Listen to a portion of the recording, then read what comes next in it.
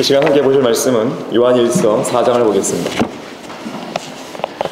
요한일서 4장 7절에서 10절까지 말씀을 보도록 하겠습니다.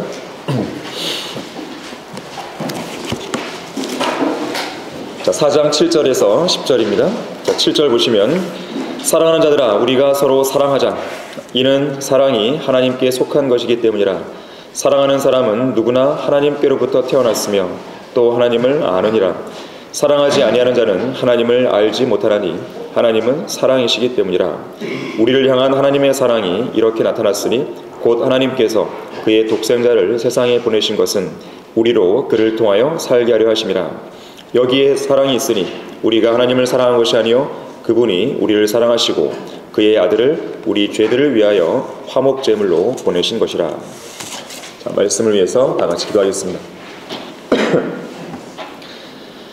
참으로 감사하신 아버지 하나님, 저희들에게 얼마나 큰 사랑을 예수 그리스도를 통해 보여주셨는지 우리는 잘 알고 있습니다. 하지만 우리는 안다고 하더라도 하나님의 그 큰 사랑을 다 깨달은 것이 아닌 것입니다. 주님께서는 엄청나게 어떠한 값으로도 비교할 수 없는 그 큰 사랑을 베풀어 주셨는데 우리는 그 가운데 빙산의 일각 정도만 알고 있을 뿐입니다.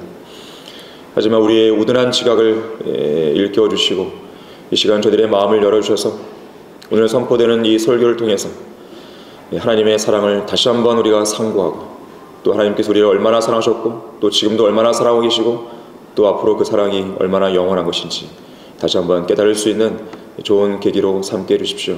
이것을 계기로 해서 우리가 더욱더 하나님을 첫째로 사랑하고 우리의 생을 또 그렇게 살아갈 수 있도록 도와주시길 원합니다. 마귀가 어떠한 형태든지 방해하지 못하게 해주십시오. 주 예수 그리스도 이름으로 기도했습니다. 아멘. 자, 하나님은 사랑이시라. 하나님은 사랑이시라는 제목으로 설교하겠습니다. 존 뉴턴을 알고 계시죠? 찬송 나 같은 죄인 살리신을 작사한 존 뉴턴. 존 뉴턴의 묘비에는 이런 비문이 쓰여 있습니다.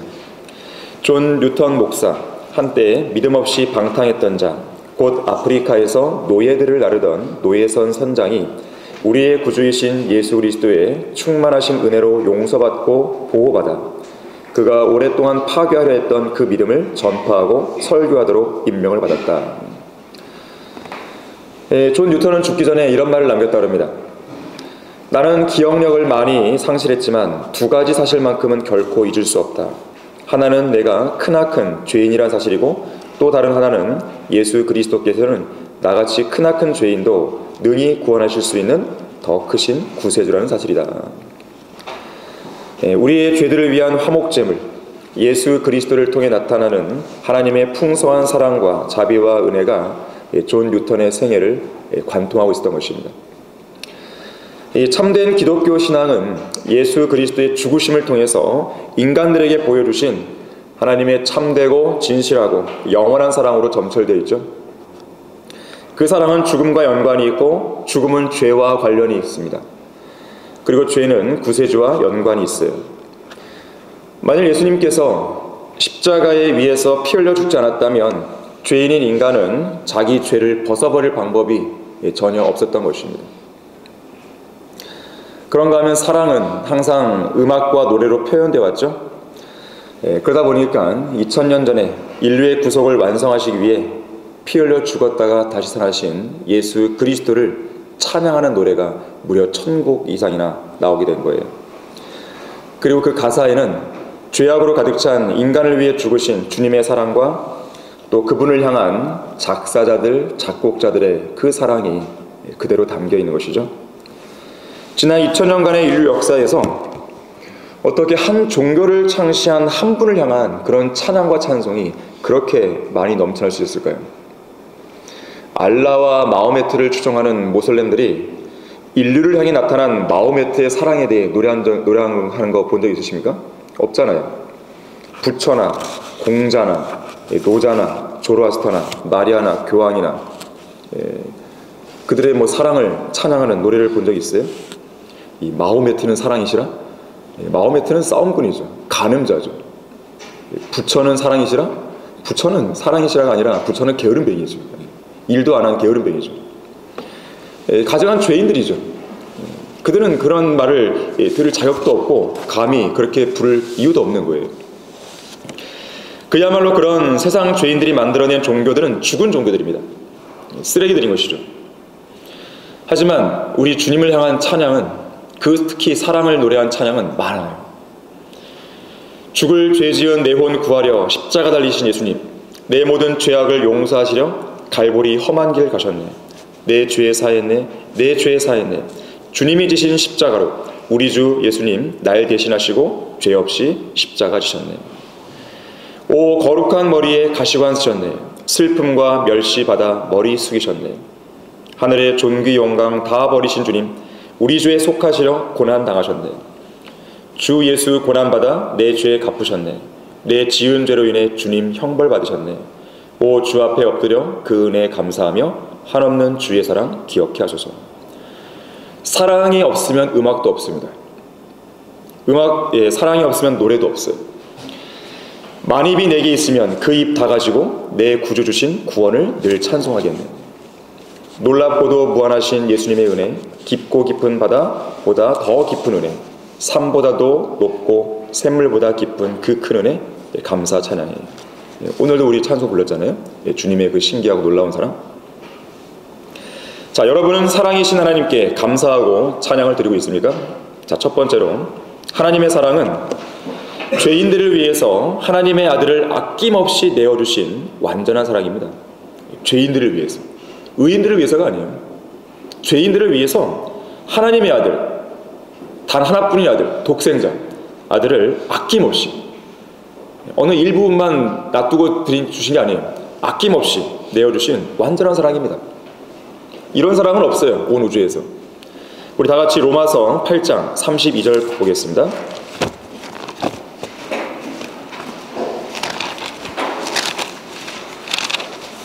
로마서 8장 32절 말씀 보시면, 여러분은 이 말씀을 외우고 계셔야 돼요. 자기 아들을 아끼지 않으셨어요. 하나님께서는 우리 모든 사람을 위하여, 이 모든 사람에게는 여기 있는 사람 다 포함되는 것이죠. 내어주신 분이 어찌 그 아들과 함께 또한 모든 것을 우리에게 값없이 주시지 아니하겠느냐. 자신의 아들을 아낌없이 주신 하나님께서는 그 외의 모든 것들도 다 값없이 주셨다는 거예요. 이것이 하나님의 사랑입니다. 성경에서 말씀하는 사랑은 단순한 어떤 육신적인 그런 사랑이 아니에요. 세상에 말하는, 세상 영화나 세상 드라마나 세상 어떤 소설이나 거기서 말하는 그런 사랑이 아니에요. 그건 유치한 사랑이에요. 그건 정욕적인 사랑이죠. 하나님의 사랑은 그런 사랑이 아니에요. 이건 그야말로 초월합니다. 자애로움이나 자비로움이 내포된 거룩한 사랑이고 선한 사랑이에요. 불쌍히 여기는 동정심으로 도와주시고 자선을 베푸시고 진정으로 아낌없이 모든 것을 내어주신 사랑입니다. 그 사랑으로 지금 하나님께서는 여러분들을 사랑하고 계시는 거예요. 그래서 사랑은 주는 거예요. 주는 것 외에는 사랑을 나타낼 수 있는 다른 좋은 방법이 없습니다. 여러분들이 옆에 있는 선배, 후배, 동료들 사랑한다면, 또 선생님을 사랑한다면, 부모를 사랑한다면 무언가를 주는 거죠. 그것이 꼭 어떤 돈으로 비싸게 사서 주는 것, 그것만이 아니에요. 그걸 말하는 게 아닙니다. 얼마든지 여러분들은 줄 수 있어요. 말로도 줄 수 있고, 기도를 통해 줄 수 있고, 부모님과 서로 스킨십하면서 줄 수도 있고, 줄 수 있는 거예요. 여러분, 얼마든지 사랑은 주는 거예요. 자, 하나님께서도 죄를 짓고 타락한 아담과 이브를 위해서 뭘 지어주셨죠? 가죽 옷을 지어주셨어요.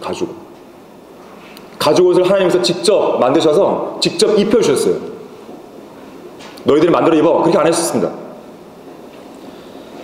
야곱은 어땠습니까? 다른 아들들보다 요셉을 더 사랑했죠? 그랬더니 채색 옷을 지어 입혔죠. 사랑은 주는 거예요. 다윗의 절친한 친구가 있죠. 요나단은 다윗을 자신의 혼과 같이 사랑했다 그랬어요. 그래서 뭘 줬습니까? 자기가 입고 있던 겉옷을 벗어서 다윗에게 줬어요. 그뿐만이 아니에요. 전쟁에서 자기 몸을 보호해줄 아주 중요한 무기들, 칼, 활, 띠, 이걸 내어줬습니다. 군인들에게는 자기 총이 자기 분신과도 같거든요. 총을 잃어버리면 큰일 납니다. 그래서 군대에서는 총을 애인처럼 이라고 그랬어요. 그런 걸 준 거예요, 지금요. 다윗에게, 요나단이. 칼, 활, 띠를 다 내어준 거예요. 사랑은 주는 거예요. 사랑하지 않고도 줄 수는 있어요. 하지만 주지 않고서는 절대로 사랑할 수 없습니다. 사랑한다면 주게 돼 있어요. 안 줄 수 없습니다. 성경에서 사랑이란 단어가 가장 처음 나오는 것이 창세기 22장이에요. 창세기 22장에서 사랑이란 단어가 어떤 분위기에서 나왔는지 아시면 사랑의 의미를 알게 됩니다. 한번 찾아볼게요. 창세기 22장 1절 2절입니다. 이 창세기 22장 1절 2절을 오늘 우리 설교 본문 요한일서 4장 9절 10절과 비교해서 한번 읽어보세요. 창세기 22장 1절 2절에서 이 일들 후에 하나님께서 아브라함을 시험하시며 그에게 말씀하시기를 아브라함아 하시니 그가 말하기를 보소서 내가 여기 있나이다 하더라. 잘 보세요. 하나님께서 말씀하시기를 내 아들 곧 내가 사랑하는 내 독자 이삭을 이제 데리고 모리아 땅으로 가서 산들 중에서 내가 너에게 알려줄 한 산에서 그를 번제로 드리라 하시더라. 자, 사랑이라는 단어가 처음 나왔어요. 자, 어떤 맥락입니까? 하나뿐인 아들을 죽음에 내어주는 것과 연관되어 있죠. 하나님을 더 사랑한 거예요. 아브라함은요. 실제로 드리잖아요. 아브라함은 자기 아들보다도 하나님을 더 사랑한 겁니다. 그래서 내어준 거예요. 자기가 사랑하는 어떤 것을. 이게 바로 진정한 사랑이에요. 그래서 오늘 본문 9절과 10절도 그걸 보여주고 있잖아요. 우리를 향한 하나님의 사랑이 이렇게 나타났으니 곧 하나님께서 그의 독생자를 세상에 보내신 것은 우리로 그를 통하여 살게 하심이라. 여기에 사랑이 있으니 우리가 하나님을 사랑한 것이 아니요 우리는 하나님을 사랑한 적이 없어요. 구원받기 전에 관심도 없었어요. 여러분들에게 복음이 전파되기 전에까지 여러분들은 관심이 없었어요. 예수님이 나를 왜 주시는지 관심 없었습니다. 하나님이 먼저 사랑하신 거예요. 하나님이 먼저 다가오신 거죠. 우리가 하나님을 사랑한 것이 아니요 그분이 우리를 사랑하시고 그의 아들을 우리 죄들을 위하여 화목제물로 보내신 것이라. 보내셨고 주셨고 십자가의 죽음에 내어주셨고. 자, 아브라함은 하나님을 더 사랑했기 때문에 자기의 사랑하는 독자 이삭을 바쳤어요. 자, 이것을 요한일서 4장 9절과 10절에 접목시켜보면 자, 하나님께서는 그분의 사랑하는 독생자 예수 그리스도를 우리를 위해 주신 거예요. 십자가 사건은 자신의 아들보다도 우리를 더 사랑하신 사건입니다. 그런 사랑으로 주신 거예요. 완전한 사랑은 죄 없으신 분께서 죄인인 우리를 사랑하시어 우리 죄들을 위해 죽으시기까지 그분 자신을 내어주신 사랑입니다. 온 우주에서 이런 사랑은 없어요. 유일무이한 사랑입니다. 완전한 사랑이에요. 완전한 희생이 들어있는 사랑이죠. 이 완전한 사랑을 이루시기 위해 예수님은 자신의 몸을 십자가에 완전히 내어주셨어요. 하나님도 우리를 사랑했지만 십자가 사건을 통해서 예수 그리스도도 우리를 사랑하셔서 몸을 내어주신 거예요. 기꺼이.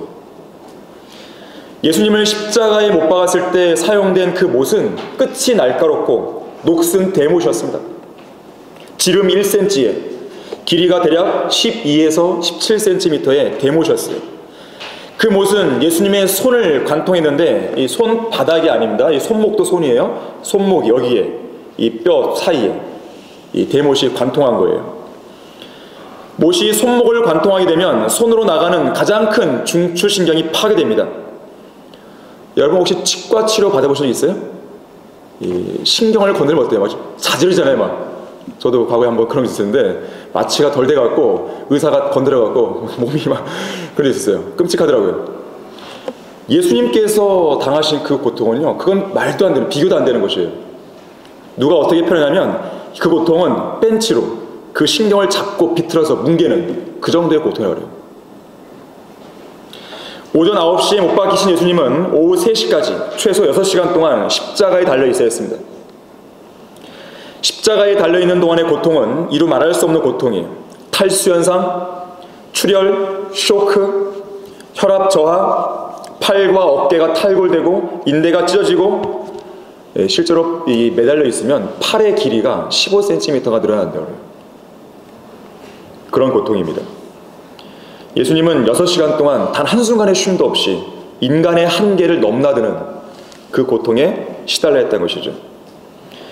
또 십자가에 매달리면 몸이 아래로 처지고 하중을 받기 때문에 이 폐가 짓눌립니다. 누르니까 몸체 전체가. 폐가 짓눌리면 숨이 안 쉬어지죠. 숨을 쉬려면 어떻게 해요? 가슴을 들어올려야 돼요. 가슴을 들어올리면 어떻게 해야 돼요? 다리에, 발에, 지탱해서 들어올려야 됩니다. 근데 발에는 뭐가 있어요? 못이 또 박혀 있잖아요. 이중 고통이 있는 거예요. 그래서 이 당시에 십자가형을 당하게 되면 로마의 병사들이 그 고통을 좀 줄여주기 위해서, 일찍 죽게 하기 위해서 발목을, 뼈를 꺾는 거예요. 그러면 지탱할 수 없다 보니까 그대로 숨 막혀 죽는 거죠. 그런 상황이에요. 자, 이처럼 예수님은 완벽한 인간으로서 평범한 인간이 당할 수 있는 그 고통의 무게 그대로의 형벌을 당하신 거예요. 누구를 위해서? 우리를 위해서예요. 다른 사람이 아니라 우리를 위해서. 여러분 한 사람 한 사람을 위해서, 바로 나를 위해서예요. 이사야 53장 12절에 의하면 자기의 혼을 부어 죽음에 이르겠다 그랬어요. 자기의 혼을 부은 거예요. 죽음에 쏟아 부은 것이에요. 한때 남침내교 신학대학의 학장이었던 앨리스 풀러 박사가 한 무리의 사람들을 이끌고 이스라엘로 여행 간 적이 있습니다. 토요일이 되었을 때 사람들은 풀러 박사에게 이렇게 말해요. 박사님, 내일 주일 아침에는 갈보리 언덕으로 가게 될 텐데 예수님께서 십자가에 못 박히신 바로 그 장소에서 박사님이 우리에게 설교 한 편을 들려주면 좋겠습니다. 당시에 풀러 박사는 설교를 해야 될 어떤 책임감 때문에 그날 밤을 꼬박 뜬 눈으로 세웠다 그래요. 왜냐하면 무슨 말을 해야 할지 곰곰이 생각해봤지만 합당한 말이 떠오르지 않았던 거예요. 막상 예수님께서 돌아가신 그 현장에서 설교하자니 도저히 나 같은 죄인이 설교할 자격이 없는데 그런 마음이 들었다는 거예요. 그래서 박사는 잠도 자지 않고 마태복음의 그 십자가의 고난의 그 사건, 이 사건을 그대로 암송했다 그래요. 암송해서 내일 그대로 낭송해 주려고. 다음날 아침 사람들은 갈보리로 걸어갔습니다. 어느 누구도 입을 열지 않았고 모든 것이 죽음처럼 고요했다 그래요. 이제 풀러 박사가 설교할 시간이 되었을 때 그는 얼굴을 하늘 쪽으로 돌리고는 십자가의 고난을 묘사한 성경 말씀을 그대로 낭송했다 그럽니다. 암송했어요. 그때 사람들의 눈에는요 눈물이 흘러내렸고 모두들 흐느끼는 소리가 들렸습니다. 낭송을 마친 박사는 저곳이 바로 예수님께서 저와 여러분을 위해 돌아가신 곳입니다 라고 말했다 그래요. 그런 다음에 아이작 와츠가 작사한 찬송을 불렀습니다.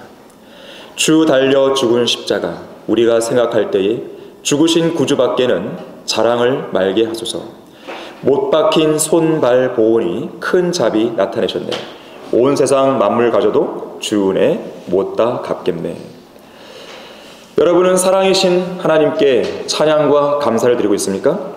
두 번째로 하나님의 사랑은 도저히 사랑할 수 없는 대상, 도저히 사랑할 수 없는 그 대상을 향해 보이신 완전한 사랑이었습니다. 우리 다 같이 이사야 53장 3절에서 6절을 찾아보겠습니다. 이사야 53장 3절에서 6절까지 말씀을 보도록 하겠습니다. 3절에서 그는 사람들에게서 멸시받고 거부되었으며 슬픔의 사람이요 질고에 익숙한 사람이라. 우리가 우리의 얼굴을 그로부터 숨긴 것 같이 그는 멸시받았고 우리는 그를 존중하지 아니하였도다. 바로 이 사람들 위해 죽었단 말이에요. 자기를 멸시하고 자기를 거부하고 자기로부터 얼굴을 숨겨버리고 자기를 멸시하고 자기를 존중하지 않은 그 죄인들을 위해 예수님이 죽은 거예요. 실로 그가 우리의 질고를 지고 우리의 슬픔을 지었는데도 우리는 그가 형벌을 받아 하나님께 맞으며 고난당한 줄로 생각하도다. 그러나 그는 우리의 허물로 인하여 상처를 입었고, 바로 여기 우리에다가 여러분의 이름을 넣어보세요. 그는 우리의 죄악으로 인하여 상하였도다. 우리의 화평을 위한 징계가 그에게 내려졌고 그가 맞은 채찍으로 우리가 치유되었도다. 우리는 모두 양같이 길을 잃어 각자 자기의 길로 돌이켰으나 주께서는 우리 모두의 죄악을 그에게 지우셨도다. 다른 사람의 죄악이 아니에요. 바로 여러분 자신이에요. 우리가 하나님의 사랑에 대해 이야기할 때는 그걸 간단하게 생각하면 안 돼요. 우리는 이 부분을 진지하게 생각해야 돼요. 왜 그런지 아십니까? 우리는 이 사랑을 받을 자격이 없기 때문에 그런 거예요. 여러분은 자신이 마땅히 하나님의 사랑을 받을 자격이 있다고 생각합니까? 그런 생각을 가진 사람이 있다면 그 사람은 구원받지 못한 거예요. 왜냐하면 자신이 구원받을 아무런 자격도 없는 죄인이라고 생각한 사람만이 예수 그리스도의 필요성을 알기 때문에 그렇습니다. 그리고 예수님을 믿는 거죠. 생각해 보십시오. 도대체 우리 죄인들이 어디가 예쁘다고, 뭘 내세울 수 있다고, 뭘 자랑할 수 있다고, 뭐가 좋다고, 우리가 얼마나 하나님을 그동안 생각해 왔다고 주님께서 사랑해 주셔야 되냐 이거예요. 그만큼 주님의 사랑은 희생적입니다. 세상의 러브 스토리는 일종의 거래예요. 기브 앤 테이크입니다. 나는 당신을 위해 죽을 수 있어. 생판 거짓말이에요. 거짓말이에요. 단순히 그 한 여자를 얻기 위해서 하는 남자들의 거짓말이에요. 여기 여자들은 잘 기억해 두세요. 나중에 꼭 기억해 두세요. 남자를 무조건 믿으면 안 돼요. 잘 봐야 돼요. 이빨린 소리인지 진정한 것인지 잘 봐야 돼요. 기브 앤 테이크예요. 세상 사랑은 일방적인 거 없습니다. 어머니의 사랑을 위대하다 그러죠. 사실 어머니의 사랑도 기브 앤 테이크인 거예요. 물론 다른 어떤 사랑보다 위대하죠. 그러나 하나님의 사랑에 비하면 그건 아무것도 아닌 거예요. 예수님의 사랑은 오직 순수하게 주시기만 하신 일방적이고 희생적인 사랑입니다. 아무런 대가도 받지 않으시고 말 그대로 값없이에요. 말 그대로 값없이에요. 럭하 목사님이 예수님의 사랑에 대해서 이렇게 말했어요. 이렇게 설교했어요. 주님께서는 왜 우리를 상해하셨습니까? 왜 우리를 위해 주먹으로 얼굴을 마셨습니까? 수염이 뽑히는 수치와 고통을 참으셔야 했던 이유가 무엇입니까? 왜 가시관을 쓰셨으며 왜 귀중한 피를 흘리셨습니까? 과연 우리를 위해 그런 일을 감내하신 이유가 무엇입니까? 전능하신 하나님께는 우리가 해변의 모래알처럼 하찮은 자들입니다. 다윗은 광활한 우주의 규모에 비해서 사람이 얼마나 보잘것없는 존재인가를 깨닫고 그것을 시편 8편에서 시로 기록했습니다. 은하계들과 성단들을 만드신 주님께서는 해변에 깔린 자갈처럼 미미한 죄인 한 명을 본향으로 데려가시려고 이 땅에 내려오셨는데 왜 그런 고초를 다 받았단 말입니까? 우리보다는 어떤 행성이나 성운 또는 큰 별들에 더 관심과 시간을 쓰셔야 하지 않겠습니까? 주 하나님께서는 우리가 꼭 구원받아야만 영광을 받을 수 있는 것도 아닙니다. 우리가 구원받지 않아도 얼마든지 영광을 받을 수 있습니다. 그렇다면 왜 구덩이와 진흙수렁에서 우리를 구원하셔야 했단 말입니까? 하나님께서는 전혀 우리를 상대하실 필요가 없었습니다. 지옥에 가도록 내버려 둘 수도 있었습니다. 그랬어요. 사실 그대로예요. 설령 우리가 구원받지 못하고 지옥 간다 하더라도 또 하나님께서 그분의 아들을 내어주지 않았다 하더라도 주님의 공의에는 아무런 문제가 없어요. 주님께서 우리가 없어도 돼요. 사실은 우리가 없었어도 주님은 얼마든지 영광을 받으실 수 있고 얼마든지 그분의 의와 화평 가운데 모든 걸 다스릴 수 있는 거예요. 아무런 문제가 없습니다. 자, 그런데 우리에게 사랑을 베푸신 거죠. 어떤 사람은 이렇게 물어요. 예수님은 유다 이스카리옷을 위해서 죽으셨나요? 맞아요. 맞아요. 사실이에요. 예수님의 구속사역에서 이 땅에 예외가 되어야 하는 인간은 단 한 명도 없습니다. 예수님은 모든 인간을 위해 죽었기 때문에 그래요. 거기에는 분명 유다 이스카리옷도 포함되어 있었겠죠. 하지만 어떤 사람은 그러죠. 예수님은 분명 유다 이스카리옷을 가리켜 마귀라고 하지 않았습니까? 물론 그렇습니다. 그만큼 유다 이스카리옷은 신비로운 인물이에요. 하지만 동시에 그도 인간이죠. 또한 예수님은 바리새인 같은 종교 지도자를 향해서도 뭐라 그랬어요? 이 뱀들아, 독사들 세대예요. 그러면 예수님은 그들을 위해서 죽으셨나요? 맞아요. 죽으셨어요. 뱀들로, 독사들로 불렸던 그들을 위해서 죽으신 거예요. 뱀이 뭐예요? 마귀 아니에요, 마귀. 우리는 어때요? 우리도 과거에 구원받기 전에는 마귀의 자식들이었습니다. 우리를 위해 죽으신 거예요.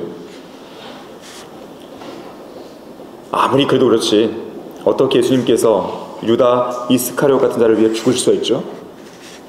자, 그 사실을 수용하고 수용하지 않고는 여러분의 자유입니다. 그러나 그것보다 더 중요한 질문이 있어요.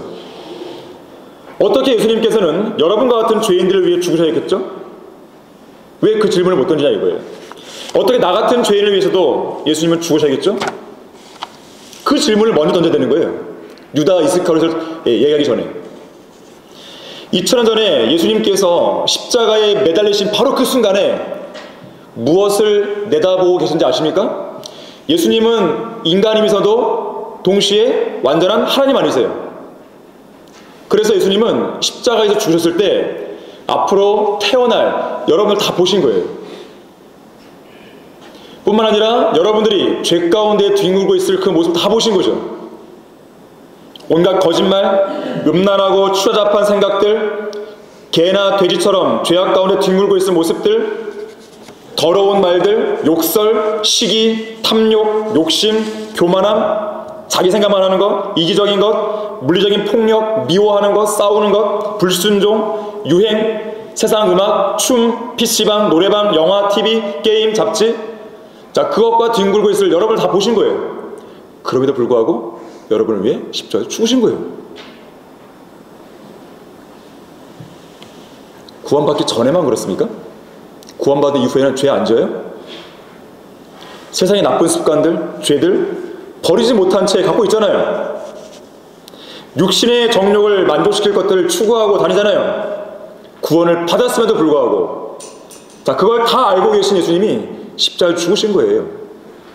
자, 우리는 아무런 자격도 없는 자들인데 주님께서 그걸 아심에도 불구하고 우리 죄인들을 구원하시고자 십자가에 죽으신 거예요. 여러분들이라면 그 일을 할 수 있겠습니까? 그런 인간은 할 수 있는 인간은 없어요. 그런 사랑을 줄 수 있는 인간은 없습니다. 하나님께서 세상을 이처럼 사랑하셔서 그의 독생자를 주셨으니 이런 그를 믿는 사람은 누구든지 멸망하지 않고 영생을 얻게 하십니다. 이 말씀을 여러분들이 곰곰이 생각해 보셔야 돼요. 하나님의 사랑은 너무나 컸던 것이죠. 자, 여러분은 사랑이신 하나님께 감사하고 찬양을 드리고 있습니까? 세 번째로, 하나님의 사랑은 영원토록 변하지 않는 완전한 사랑입니다. 변하지 않아요. 자, 히브리서 13장 5절에서 8절을 보겠습니다. 히브리서 13장 5절에서 8절 말씀을 보시면, 아직 못 찾은 사람들은 그냥 들으세요. 너희의 생활 방식에 탐욕이 없도록 하고 현재 가진 것들로 만족하라. 이는 그가 말씀하시기를 내가 너를 떠나지 아니하고 너를 버리지 아니하라고 하셨습니다. 하나님의 사랑이죠. 그러므로 우리가 담대히 말하기를 주는 나를 돕는 분이시니 사람이 내게 무엇을 하든지 내가 두려워하지 아니하리 하노라. 하나님의 사랑이 있으니까 두려워할 게 없어요. 거칠 게 없어요. 하나님의 말씀을 너희에게 들려주고 너희를 다스리던 자들을 기억하고 그들의 행실의 결과를 관찰하여 그들의 믿음을 따르라. 예수 그리스도는 어제나 오늘이나 영원토록 동일하시니라. 하나님의 사랑은 동일해요. 예레미야 31장 3절에서는 하나님의 사랑을 이렇게 말합니다. 영원한 사랑. 하나님은 사랑이세요. 하나님은 영원하신 분이죠.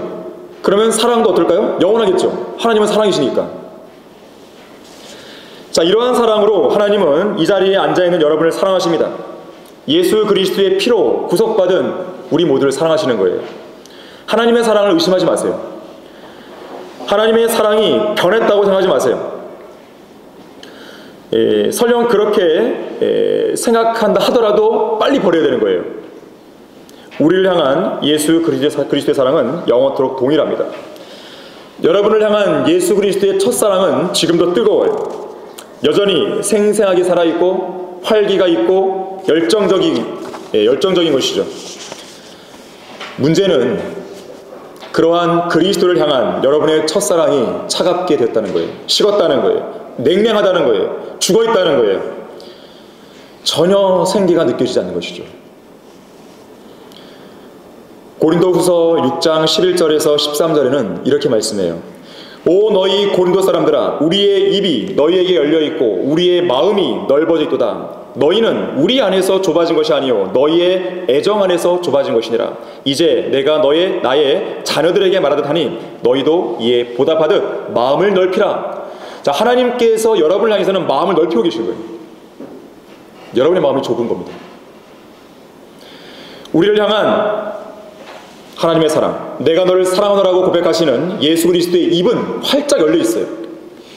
영원한 사랑으로 가득한 그리스도의 마음은 우리를 향해 여전히 넓어져 있습니다. 우리를 위해 죽으실 만큼 사랑하시고 값없이 모든 것을 기꺼이 바치신 예수 그리스도의 마음은 단 한 번도 좁아진 적이 없어요. 여러분의 마음을 넓혀야 돼요.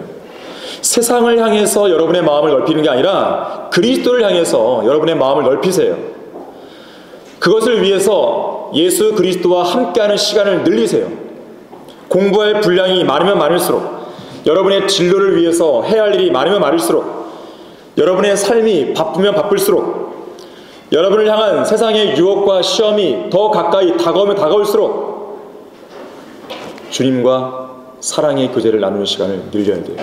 성경을 읽고 기도를 하시고, 어제나 오늘이나 영원토록 동일하신 그리스도의 사랑은 단 한 번도 바뀐 적이 없어요.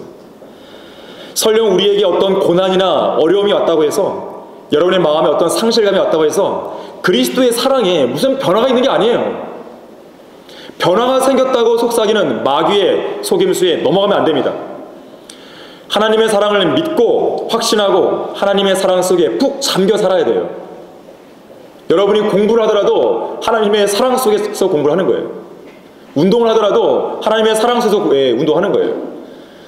여러분들이 어떤 꿈을 키우고 비전을 갖다 하더라도 하나님의 사랑 안에서 그걸 가져야 되는 거예요.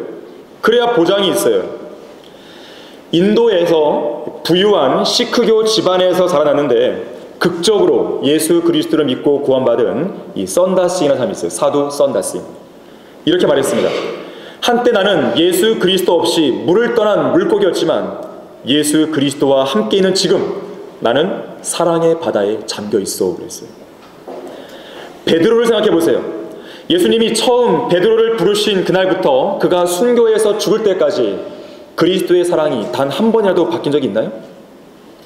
나를 따라오라. 내가 너를 사람들을 낚는 어부가 되게 하겠노라. 이 말씀에 베드로가 모든 것을 버리고 따라갔을 때라든지, 그가 예수님을 부인하되 저주하고 맹세하며 부인했을 때라든지, 혹은 부활하신 예수님께서 베드로를 찾아가 그의 사랑을 확인하고 그의 제자의 직분을 회복시켜 줬을 때라든지, 그가 마지막 순교자로 죽을 때라든지, 예수 그리스도의 사랑은요 단 한순간도 바뀐 적이 없었어요.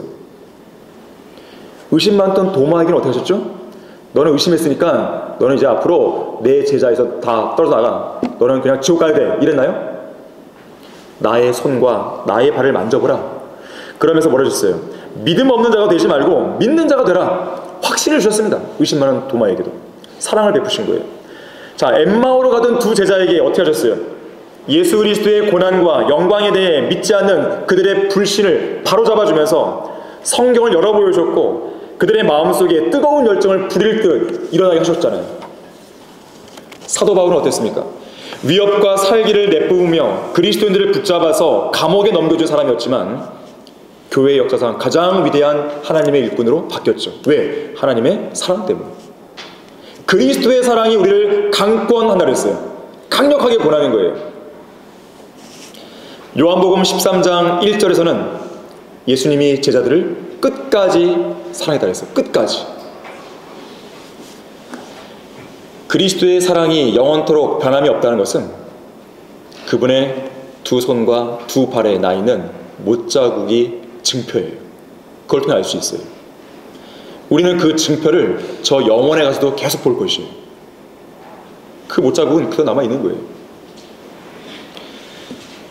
우리를 향한 그리스도의 사랑에 변함이 없다는 것을 기억해야 됩니다.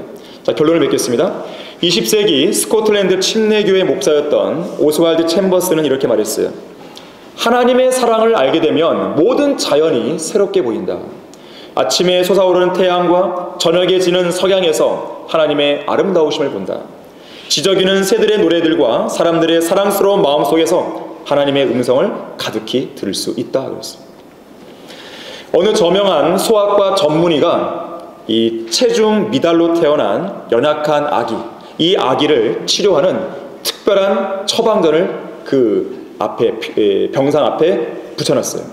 그 처방이 뭔가 봤더니 이 아기는 3시간마다 한 번씩 사랑을 받아야 함 이렇게 써놨어요. 하나님의 사랑은 그 이상이죠. 우리에게는 이러한 처방을 내렸어요. 우리 그리스도인들은 매 순간 사랑을 받아야 함 이렇게 써 있어요. 그 사랑으로 우리를 사랑하시는 거예요. 사랑 안에서 쉼을 얻어야 돼요. 하나님의 사랑을 의심하면 안 돼요. 주님은 우리를 떠나지도 않으시고 버리지도 않겠다고 약속하셨어요. 우리가 용기와 담대함을 잃어버린다 해도 주님은 여전히 우리를 보호하세요. 우리가 낙담하고 절망하고 모든 걸 다 포기하고 싶은 그 순간에도 주님은 우리의 손을 잡고 계신 거예요. 어리석고 게으른 우리가 기도를 잠시 중단했다 하더라도 예수님은 우리를 위해 중보하고 계시는 거예요. 그 순간에도. 주님은 신실하십니다. 주님의 사랑은 신실한 사랑이에요. 하나님의 사랑 안에서 용기를 내야 돼요. 담대해야 돼요. 또한 기뻐하고 즐거워야 돼요. 그렇게 한다면 여러분의 마음속에는 감사와 찬양과 기쁨과 즐거움이 끊이지 않을 것이에요.